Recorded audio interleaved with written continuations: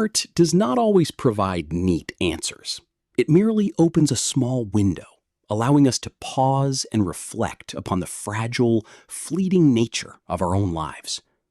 We often look at the little dancer of 14 years and see a masterpiece.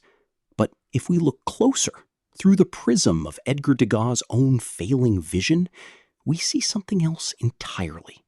A study in light, absence, and the quiet resilience of a life once lived. In the early 1870s, Degas lost the sight in his right eye. For a man who lived to see, the world became a blur. Plunged into despair, he sought to hide from the light. Yet in that darkness, he found a new way to create. He turned to pastels, layering colors to build form, and eventually he reached for clay. As Edmond de Goncourt wrote, his fingers moved over the clay, and it began to breathe. He could no longer see the world clearly, so he learned to touch it, to sculpt the very essence of what he could only feel.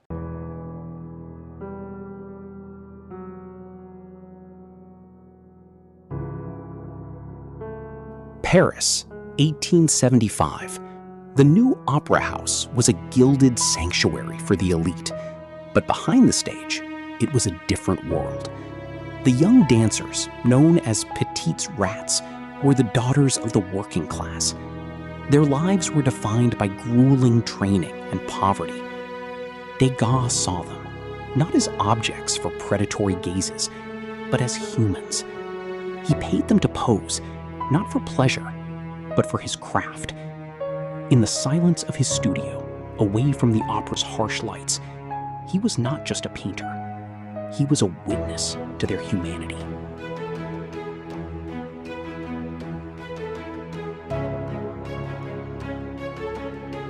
In 1881, Degas revealed her, La Petite Danseuse de 14 ans, a figure of wax, real hair, and a muslin tutu. The critics called her an atrocity, a threat to art. They wanted an ideal. Degas gave them the truth. Hurt by the vitriol, Degas locked her in his closet, and for years she lived in silence.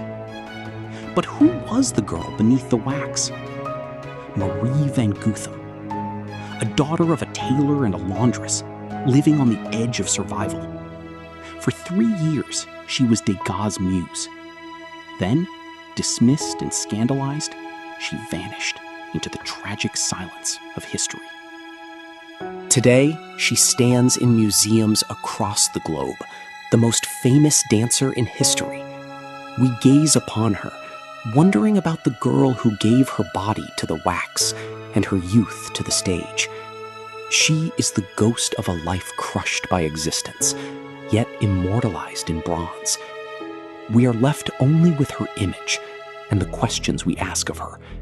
Because in the end, art does not offer us simple answers. It merely opens that small window, allowing us to pause and reflect upon the fragile, fleeting nature of our own lives.